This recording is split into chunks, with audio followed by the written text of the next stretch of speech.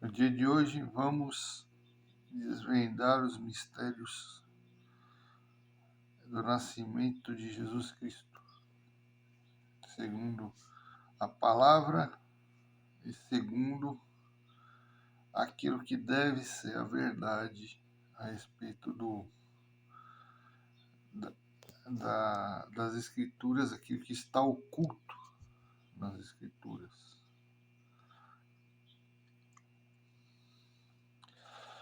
O que acontece com o nascimento do Cristo antes de dizer, não deixa de ser milagroso o nascimento de Jesus Cristo, né, pela vontade de Deus, vindo aos homens, seja de uma forma ou seja de outra, seja da maneira que eu estou explicando ou de outra maneira mais fabulosa ou substancial, né?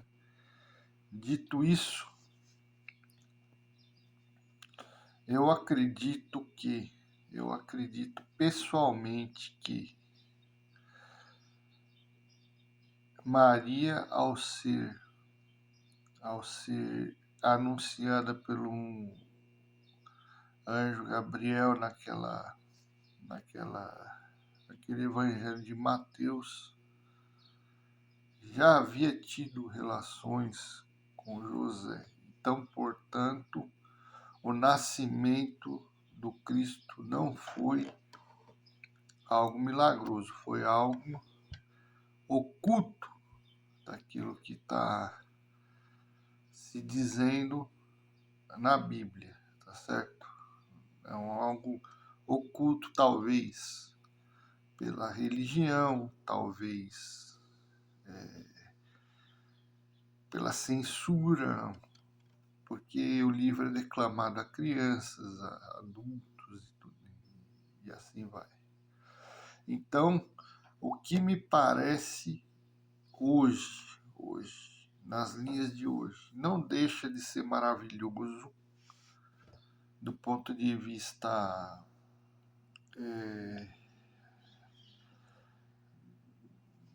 da religião, da Bíblia, de tudo que é sagrado, o nascimento histórico de Jesus Cristo antigo, nós estamos falando, não da segunda vinda dele, que está em nós, né? Então, tomara que eu esteja certo ou errado, né? Certo ou errado, eu acredito que hoje, né? Hoje, quando houve essa anunciação do nascimento do menino, para muitos judeus, para outros, um menino nascido simples, que se cuidou e tal, mas o que havia de dúvida já haveria sido sanado, né?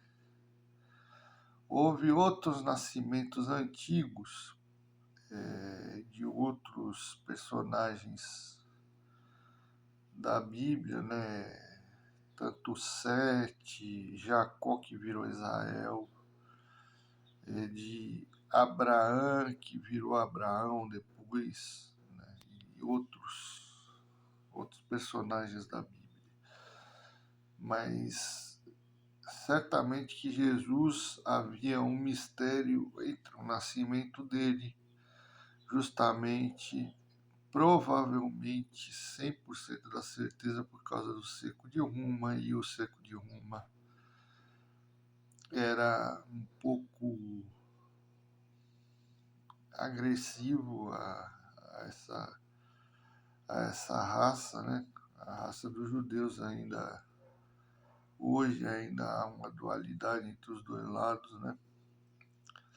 Mas com suma certeza, eu reestudando a Bíblia, sei que esse texto está oculto, não pode ser mostrado, não pode ser dito, porque a crianças, a velhos, a recém-nascidos, e por isso não há como colocar.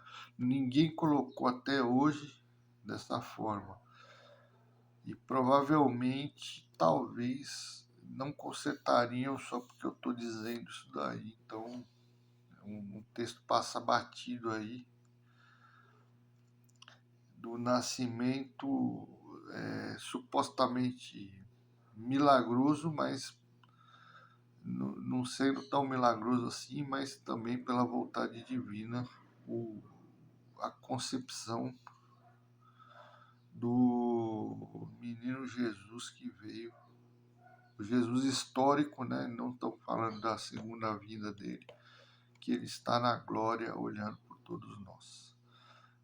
Tá bom, pessoal? Então, é questão de bom senso, não é questão de... Eu não desmereço a quem acha que... continua achando que aquele texto está certo, eu acho que está errado, né?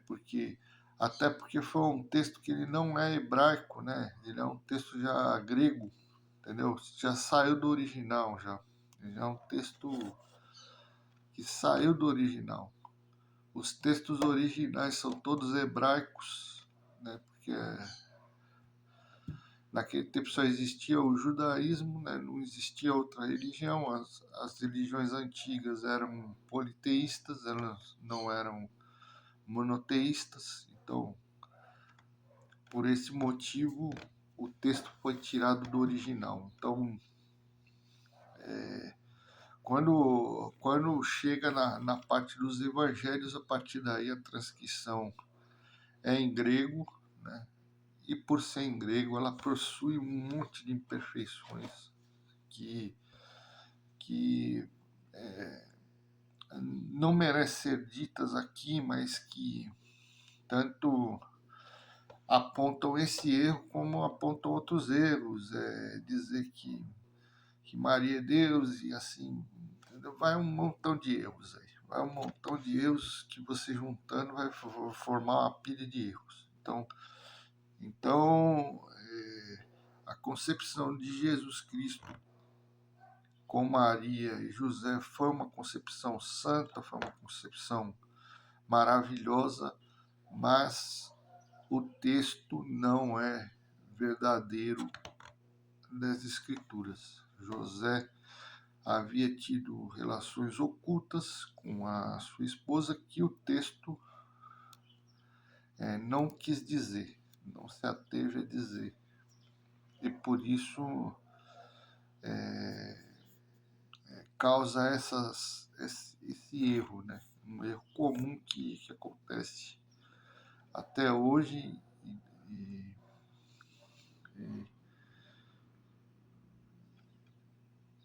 e por isso não pode ser o texto não pode ser levado à ponta da palavra, né? Que até mesmo lá no meio do Evangelho você vai ver que Jesus fala que os textos bíblicos são codificados. Todos os textos bíblicos são codificados para que as pessoas más, as pessoas que são 100% materialistas não consigam transcrever o livro sagrado, tá? Na verdade, a verdade das escrituras ela é uma verdade declamada no texto, mas que o texto guarda versículos pequenos que são segredos para você achar,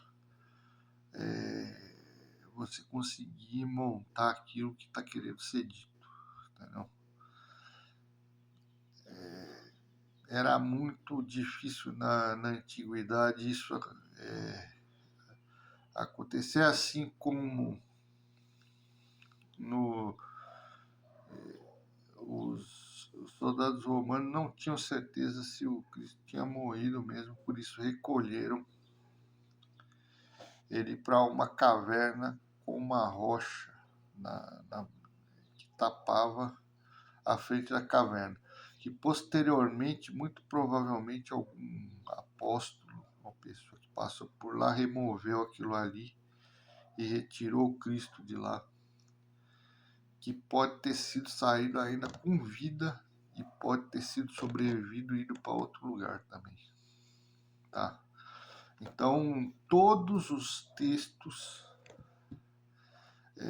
do grego não estão dizendo 100% a, a verdade, e sim, esses textos têm que ser estudados, têm que ser analisados de maneira histórica para que se monte realmente o quebra-cabeça, né, que praticamente a gente já está na época do Apocalipse, já passando disso daí. Mas é claro que depois do Apocalipse, as pessoas que foram salvas vão continuar sendo salvas e as pessoas que são condenadas vão continuar sendo condenadas. É difícil eu te afirmar assim, com demasiada questão, que os salvos já possuem marca de salvação. Não tem como você tirar essas marcas. Essas marcas permanecem por muito tempo, entendeu? Então essas marcas de salvação, elas vão estar com a pessoa para sempre. Não tem como. Aqui meu celular tá. Não tem como retirar essas marcas de salvação